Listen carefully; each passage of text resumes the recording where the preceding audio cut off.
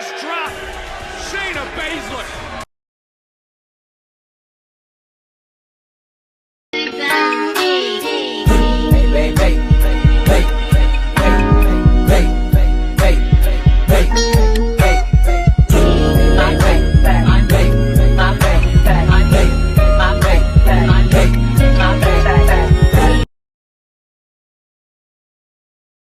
Hey, what's going on YouTube land? This your boy TJ and welcome to my YouTube channel, Wrestling Nostalgia, where I give my reviews on WWE shows and PLE events. And today we are going to be reviewing NXT May 21st, 2024. And before I get into my review, go ahead and give that video a thumbs up for me, please. Just please and thank you. That will really greatly help me push my video through the algorithm, and share it to your friends and their friends and share it to their friends. Maybe we could all be friends.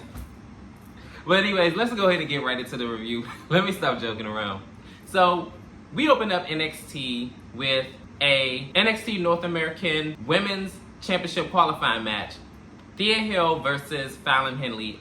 They actually have a little bit of history with each other because they used to tag team, but now they are bitter rivals. They start off hot and heavy, and they're trying to jock for position, and Thea Hill is kind of getting the best of her a little bit, and it kind of goes a little bit back and forth.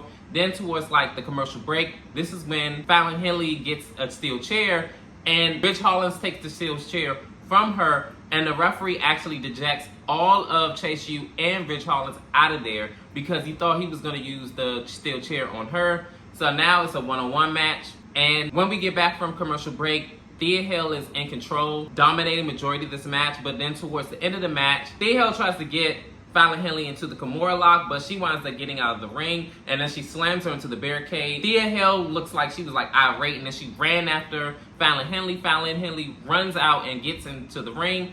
Thea gets in the ring, and then bam, she winds up getting hit with the Wizard's hit, and 1, 2, 3. Fallon Henley is going to advance into the NXT North American Women's Championship ladder match at the PLE event Battle. In this next segment, it is the D'Angelo family, and they run into the NXT Tag Team Champions, Exion and Frazier, to a Tag Team Championship match.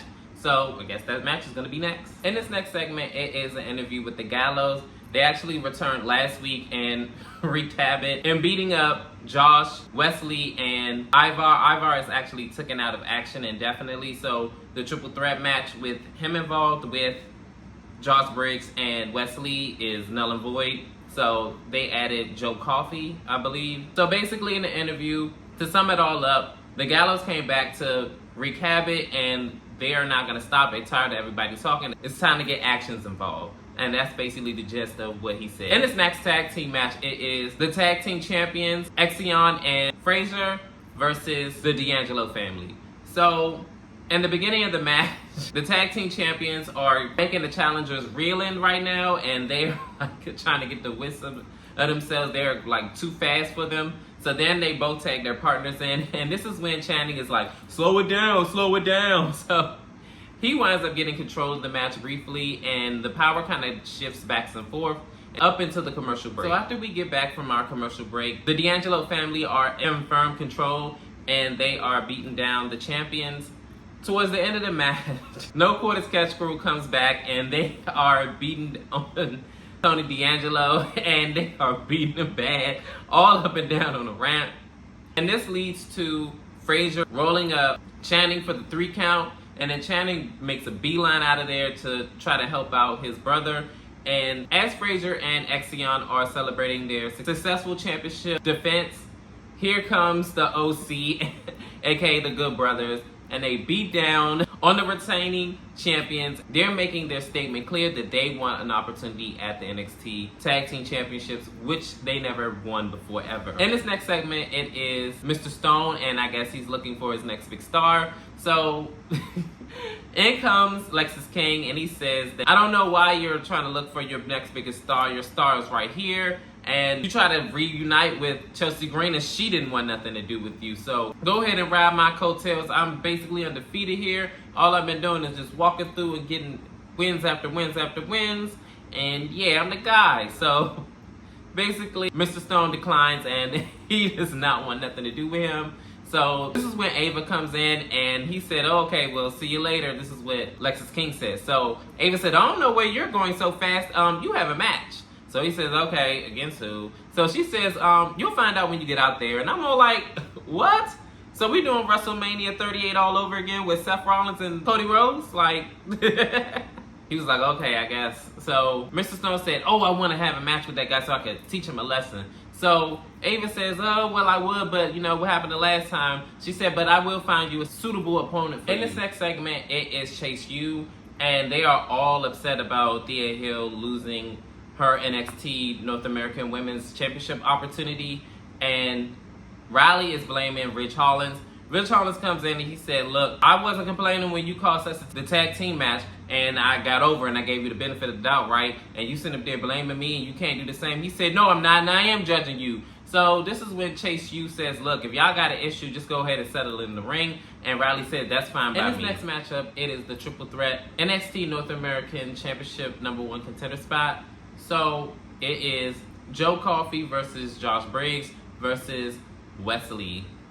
This match started off chaotic. They already are going after Joe Coffey, and rightfully so, because he's the one that tried to take him out last week. Gallows was all like holding his legs like, oh no, you're not going to take him. They like, no, forget him. They stomping him out on the ground.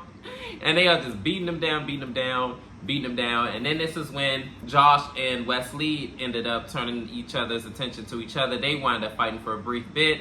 And then all three men kind of get in some offense here and there. And up until the commercial break, none of the three men really had like a clear advantage until Josh Briggs ended up getting control of the match after he takes out Joe Coffey and Wesley. And I remember at one point, he grabbed Wesley's neck and then threw him into the ropes and then clotheslined him. I thought that was really, really dope how he did that. After the commercial break, it looks like Josh Briggs and Joe Coffey were like having a drunken conversation or something, trying to see who can outpunch who, and they all I forgot who knocked who down, but I believe Josh Briggs tries to pin Joe, and then this is when Wesley tries to get his Jeff Hardy on, and he does the swanton to break out the pinfall. He had like a lot of hot spots in this match. I remember at one point it looked like Josh Briggs was about to DDT Joe, and Wesley ended up jumping off the ropes and then wound up doing his own maneuver onto Josh Briggs, and he ended up DDTing Joe Coffey, and he ended up, I believe he did a reverse DDT, Wesley did. But it was a really, really great back and forth match. But towards the end of the match, the Gallows actually did get involved in the match and beat down on Josh Briggs. So they get Josh Briggs back in the ring. And as Joe and Wesley are like mixing it up in the ring, he ends up doing like some type of high flying maneuver and hits him. And then they both get the pinfall. So they're both his #1 contenders. I don't know. I might have missed it because I don't remember Wesley getting the pinfall at all. Did he put his fingertip or something like that and the referee counted that? I don't know, but nonetheless, they're both the #1 contenders. In this next segment, it is Oba Femi, and he comes in to talk to Ava, and I believe Ava, before he came in, was like reviewing the tapes to see what happened in the match earlier. And Oba said, there's no way Joe Coffey and Wesley are my opponents. So she said, well, I keep reviewing the tapes, and it looks like that's what it is. As you know, the referee's decision is final, so guess he's going to have a triple threat match at Battleground. Oba just can't catch a break with these triple threat matches. In this next matchup, it is a Women's North American Championship opportunity at Battleground. #1 contender spot. Britt Lee versus Jada Parker. Oh my goodness. Can't nobody convince me that Jada Parker is not the next. But, hey, that's just my opinion. But anyways, they had a pretty standard back and forth match. Jada Parker and Britt Lee, mix it up. They try to do the collar and tie up. They both are going back, jockeying for like power. At one point, Britt Lee was getting the better of the situation, and then it was Jada Parker, and then they are like going back and forth, back and forth, back and forth. But towards the end of the match, Britt Lee's friends come out, aka Idris and Malik, I guess for more support. And before they even come out to, for more support, she did have the match firm in hand.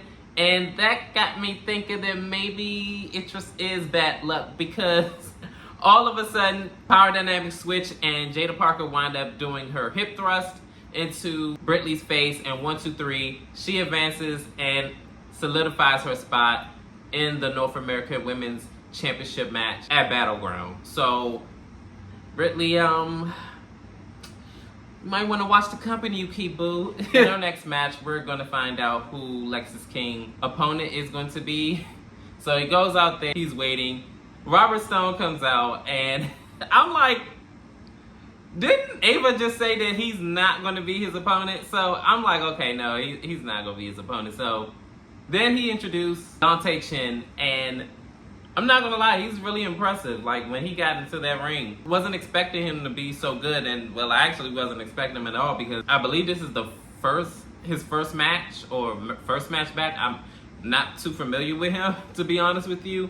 But Dante and Lexis King both put on very impressive performances. But towards the end of the match, Lexis King looked like he was going to hit his correlation, which is basically the swinging neck breaker with both of his opponent's arms twisted up. So Robert Stone got on top of the apron and was like reprimanding him, trying to distract him. He's all like, "Get down, nobody asked you to be here," or whatever he was saying back and forth to him. So then he tries to nail it again, but Dante ends up rolling him up in 1, 2, 3. He gets a big win over Lexis King and ends the undefeated streak. Whew, what a way to go out, huh? In this next segment, it is Shayna Baszler and Lola Vice. Shayna Baszler said that you defeated Natty before I defeated Carmen. We should have a pretty dominating performance out there tonight. So Lola Vice agrees, and this is when Shayna Baszler says that, can we just go ahead and leave, the dancing in the back, please? We need to be about all business tonight. So this is when Lola Vice says, I'm about business too, and I am a cage fighter. We're both cage fighters, but I like to have fun too. I'm a Latina. And I'm like, Shayna looks like she was pissed off. In this next segment, it is the NXT champion, Trick Williams, and he comes out and he says, look, just plain and simple, to make it crystal clear to everyone out there, I did not attack Dar last week. So this is when Metaphor, the remaining 3 members, come out, and Jerica says, you can lie to all these little hood rat and jigaboos or whatever she said all you want to. You may got them fooled, but you ain't got us fooled. Be honest, you did attack Dar last week. So Meza also concurred with her and said that he did do it. So they're going back and forth, and Lash is the only one sticking up for him. And they're both all like, how do you know he didn't do it? So this is when Joe Coffey comes out and he says, I bet you're wondering why I'm coming out here right now. So this is when the members of the Gallows comes out and attacks him. And then Jovan comes out to try to help out his friend Trick Williams. It works only briefly for a second. Then the advantage goes back to the Gallows because they have, 3 against 2. So they ended up finishing the job against Trick Williams and beating him down, all at the expense of Lash Legend, and she is detesting this, but of course the other 2 members are okay with it. But we're going to see what's going to happen with all of them in the upcoming weeks on NXT. And finally, we get to the main event, Shayna Baszler and Lola Vice versus Natalya and Carmen. They actually had a pretty decent match. The match started off with Shayna Baszler and Natalya, the veterans of the match. Natalya and Shayna Baszler were basically feeling each other out, calling elbow tie up and trying to, mix it up in the ring. Then this is when Shayna kind of gets the best of Natalya, and while the referee wasn't looking, Lola Vice ends up kicking her from the back, and then they play keep away with Natalya with frequent tags and beating her up in the corner, and they're just rag tagging her, making frequent tags and just beating her up in the corner, that little, that MMA background that they have.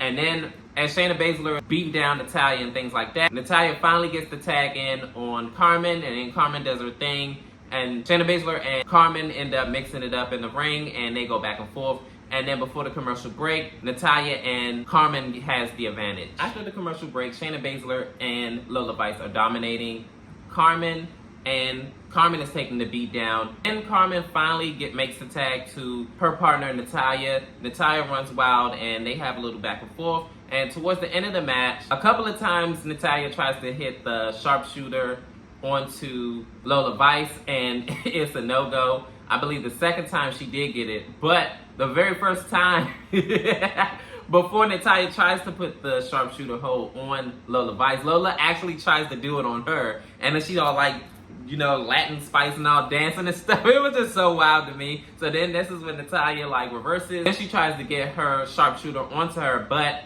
she ends up bumping into Shayna Baszler. A little back and forth later, she finally gets it, and then Shayna Baszler breaks up the submission hold. A little back and forth later, Lola Vice and Carmen were the legal people. Natalya and Carmen end up hitting a heart attack, a double team finisher, onto Lola Vice for the 3 count. Carmen and Natalya pick up the win.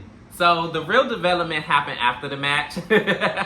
After the match, Shayna Baszler checked on Lola Vice, and she actually kicks her on the side of her head, laying her out. Guess she turned on her partner. She all dancing and thinking that like she's just, you know, Latin spice. Shayna Baszler gets back up and then puts her in the coquina clutch. And the sleeper, the referees, comes in and the officials breaks it up. And they're still fighting even after the fact on the rampway. And Ava comes out and she said, y'all two want to fight so damn bad? Guess what? Y'all two are opponents at Battleground. And Shayna Baszler takes the mic and said that it's going to be an NXT Underground. I am so ready for this match, to be honest with you. I haven't seen like the aggressive side of Shayna unless she's on NXT, which is so crazy because she's on the main roster. But make a long story short, I can't wait to see this. I know they're going to have a really stellar match, because with those two's background in MMA fighting, they're going to really knock it out of the park. But that wraps up NXT. How did y'all feel about NXT? I actually, you know, enjoyed it quite myself. But comment down below. Let me know, how did you feel about NXT? Did you watch it last night? What was your favorite match? And as always, thank you for supporting my channel. I'm really appreciative of that, and hope you enjoyed the rest of your night. And peace. TJ, I'm out.